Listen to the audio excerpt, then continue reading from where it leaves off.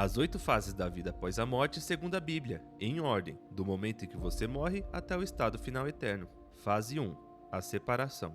A Bíblia descreve a morte física não como um apagamento, mas como uma separação. Tiago capítulo 2, versículo 26 é direto. O corpo sem o espírito é morto. Duas partes que estavam unidas se separam. O corpo segue um caminho e o espírito segue outro. Gênesis capítulo 3, versículo 19, descreve o destino do corpo com precisão que não deixa margem para interpretação. És pó e ao pó tornarás. O corpo retorna à terra, mas o espírito não desaparece. Ele não é aniquilado. Ele não adormece num vazio. Ele vai para algum lugar específico. E a Bíblia descreve esse lugar com detalhes que a maioria das pessoas nunca ouviu explicar. Fase 2. O Sheol. No Antigo Testamento, o destino imediato dos mortos é chamado em hebraico de Sheol. A maioria das traduções apaga isso. Ela vira sepulcro, abismo ou simplesmente morte, dependendo do tradutor e da versão. Mas Sheol não é uma metáfora para a morte, é um lugar. Davi fala sobre ele em Salmos capítulo 16, versículo 10. Não abandonarás a minha alma no Sheol. Jó no capítulo 3, versículos 13 a 17, descreve o Sheol como um lugar de silêncio e sombra, onde os mortos de todas as classes sociais aguardam juntos. Reis, escravos, opressores e oprimidos. O Antigo Testamento não revelava completamente a estrutura interna desse lugar. Isso precisou de Jesus para ficar claro. Fase 3. A divisão interna. Em Lucas capítulo 16, versículo 19 a 31, Jesus descreve 2 homens que morrem, um rico sem nome e um mendigo chamado Lázaro. Os 2 vão para o mesmo lugar, o Sheol, mas não para a mesma região. O rico está em tormento, Lázaro no seio de Abraão, um lugar de conforto. Os 2 estão conscientes, os 2 se enxergam à distância, os 2 se comunicam, e entre eles existe um abismo que nenhum dos 2 pode atravessar. Jesus não está contando uma parábola sobre dinheiro, ele está descrevendo uma arquitetura interna do estado intermediário. 2 regiões separadas, consciências preservadas, espera ativa. O que os mortos estão esperando é o que vem nas próximas fases. Fase 4. O estado dos que morrem em Cristo. Paulo escreveu Filipenses capítulo 1, versículo 23 de dentro de uma prisão romana, sabendo que podia ser executado a qualquer momento. E o que ele escreve não é desespero, é preferência. Tenho o desejo de partir e estar com Cristo, o que é muito melhor. Em 2 Coríntios capítulo 5, versículo 8, ele é ainda mais direto. Estar ausente do corpo é estar presente com o Senhor. Para os que morrem em Cristo, a fase 4 não é espera ansiosa no lugar de sombra. É presença imediata e consciente com Cristo. Não sono, não purgatório, não vazio. Presença. Isso explica porque Jesus disse ao ladrão crucificado ao seu lado, no mesmo dia, em Lucas capítulo 23, versículo 43, hoje estarás comigo no paraíso. Não amanhã, não após um processo, hoje. Agora, se você acredita que conhecer o que a Bíblia realmente ensina sobre o que vem depois da morte é importante, se inscreve no canal agora, ativa o sininho e deixa o like. Isso faz o conteúdo chegar a mais pessoas que precisam ver isso. Fase 5. A ressurreição. A maioria das pessoas imagina a vida após a morte como um céu ou um inferno, eternamente.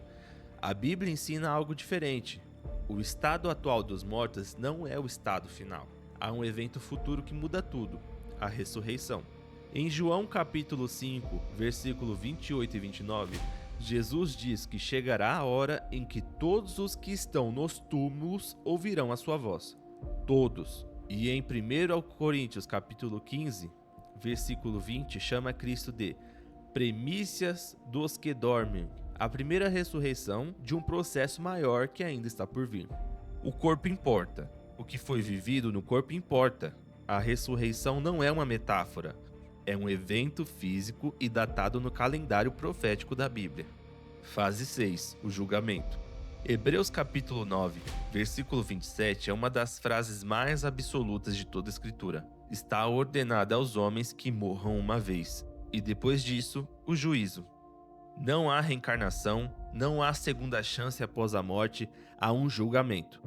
Apocalipse capítulo 20, versículo 11 ao 15 descreve o que a tradição chama de grande trono branco. Livros são abertos. as obras de cada pessoa são examinadas. Outro livro é aberto, o livro da vida. Quem não é encontrado nele é lançado no lago de fogo. Flávio Joséfo, um historiador judeu do primeiro século, que não era cristão e que não tinha interesse nenhum em promover a fé cristã, escreveu nas Antiguidades Judaicas sobre a crença judaica consolidada num julgamento após a morte, confirmando que isso não era invenção do Novo Testamento, mas convicção enraizada na tradição que Jesus herdou e expandiu.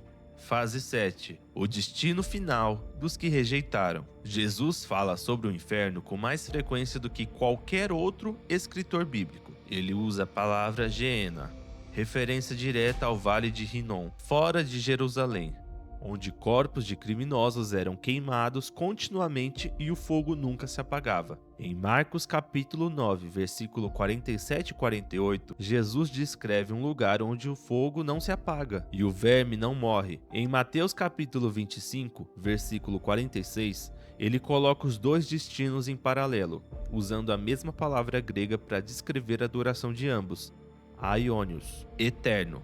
Estes irão para o castigo eterno, mas os justos para a vida eterna. A mesma palavra, a mesma duração.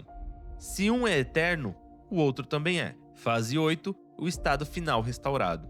O destino final dos salvos não é uma existência etérea em nuvens com harpas. Apocalipse capítulo 21, versículo 1 a 4, descreve algo radicalmente diferente, mas concreto. Um novo céu e uma nova terra. A velha ordem passou completamente. Eis o tabernáculo de Deus com os homens. Não os homens subindo para Deus. Deus descendo para habitar com os homens. Não há mais morte, não há mais luto, não há mais dor. João escreveu isso exilado em Patmos, uma ilha rochosa no mar Egeu, usada como colônia penal romana. O homem que descreveu o estado final de restauração total estava vivendo no estado mais degradado possível. E ele escreveu com convicção de testemunha, não de poeta. O que essas 8 fases mostram juntas não é uma religião que usa o medo como ferramenta. É um documento que trata a existência humana com seriedade total, que não finge que a morte é o fim, que não oferece respostas vagas para as perguntas mais reais que qualquer pessoa já fez, e que traça um mapa do que vem depois com uma precisão que exige uma resposta de quem lê. Se esse conteúdo abriu seus olhos para algo que você não sabia, ele merece chegar em mais pessoas. Compartilha com alguém que tem essa pergunta, mas nunca encontrou uma resposta assim. Deixa o like, se inscreve no canal e obrigado por assistir. Até o próximo vídeo.